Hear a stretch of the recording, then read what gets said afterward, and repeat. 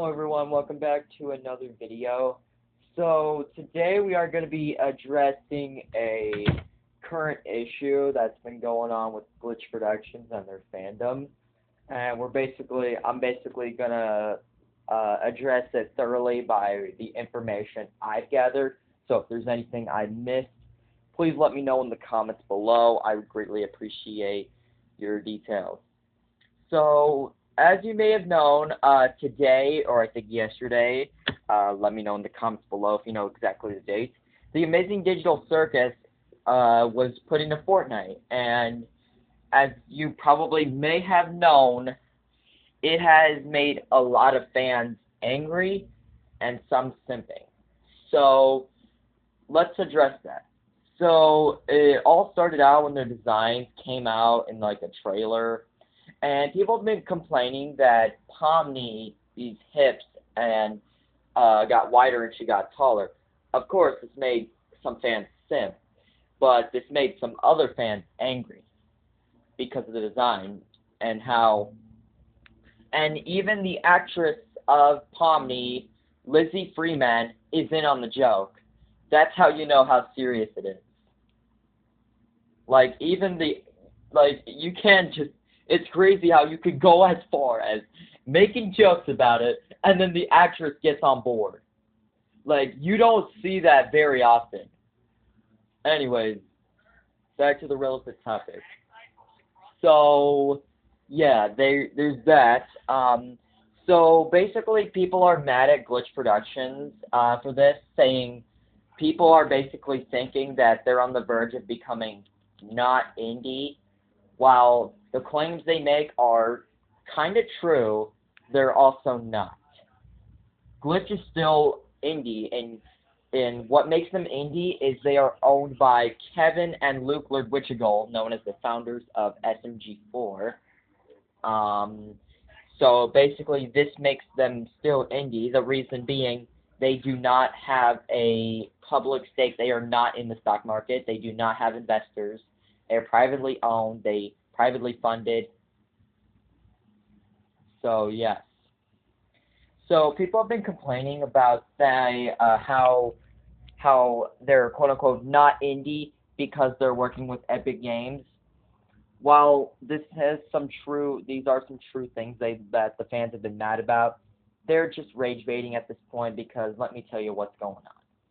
So basically, people are mad about how the Amazing Digital Circus is in Fortnite because they think they're collabing with Epic Games, which they are, and people find this to be not indie animation, which honestly is some pretty good claims. While they're all wrong, because in spite of this, the Amazing Digital Circus, when it debuted in 2023, was actually animated through a software, as you know, as Unreal Engine.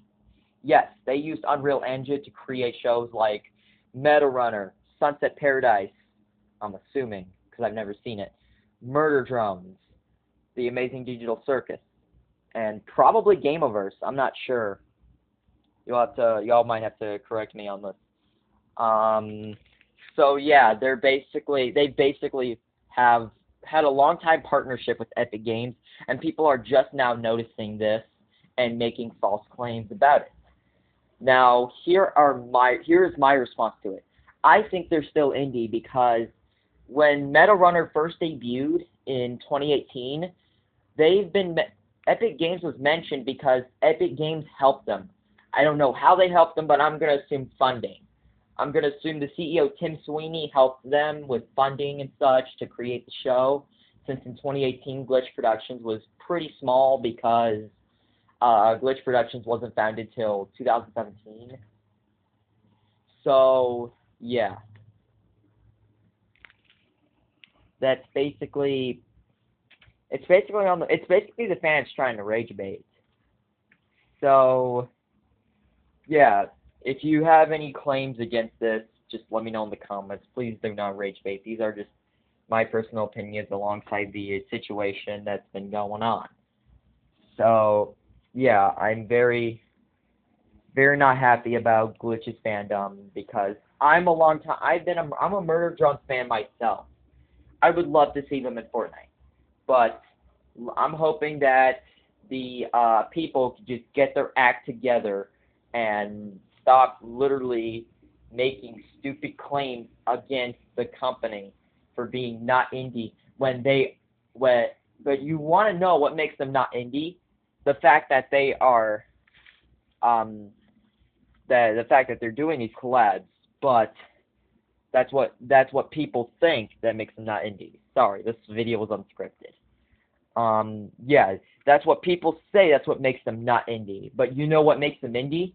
The fact that they are privately owned by Kevin and Luke Lurichigal, if that's how you pronounce it.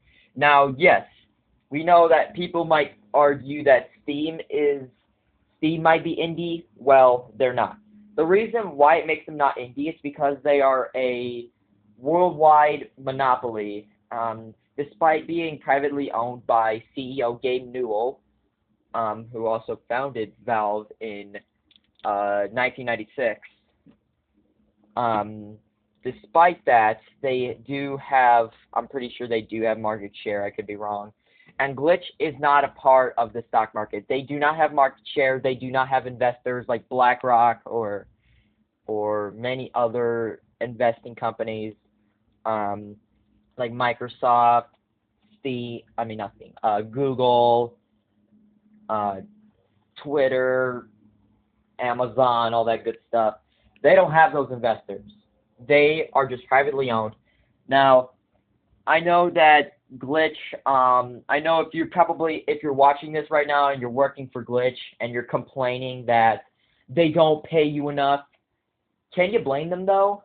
Can you really blame them? They're indie. They're small. They've only been around for like 8 years now, probably, or 2017. That's almost like 9 or 10 years. I could be wrong. And you see, I know that is a long time, but you see, Glitch makes their money off sponsorships, like, with Prime and Netflix and YouTube revenue in general. And you see, when YouTube and stuff likes to implement stupid policies that could really affect their revenue, yeah, it just happens. I'm just saying, like, Glitch is still indie, and if you're watching this and you're basically saying you're not getting paid enough, just don't blame them. Literally, don't blame them. They're small. They don't have a lot of money. Indie doesn't mean you're independent. It could on some cases, but in this case for Glitch, they have an entire team of animators. Like, it may be a big team, but they don't know how they're going to fund them all for the work. Probably through YouTube revenue. I don't know. And another thing that I'd like to talk about, because I'm addressing multiple Glitch production situations, was the debut of Gameoverse. Now, I actually saw it when it first premiered. I thought it was amazing. I thought it was a pretty good show. I had no issues with it, while many fans did.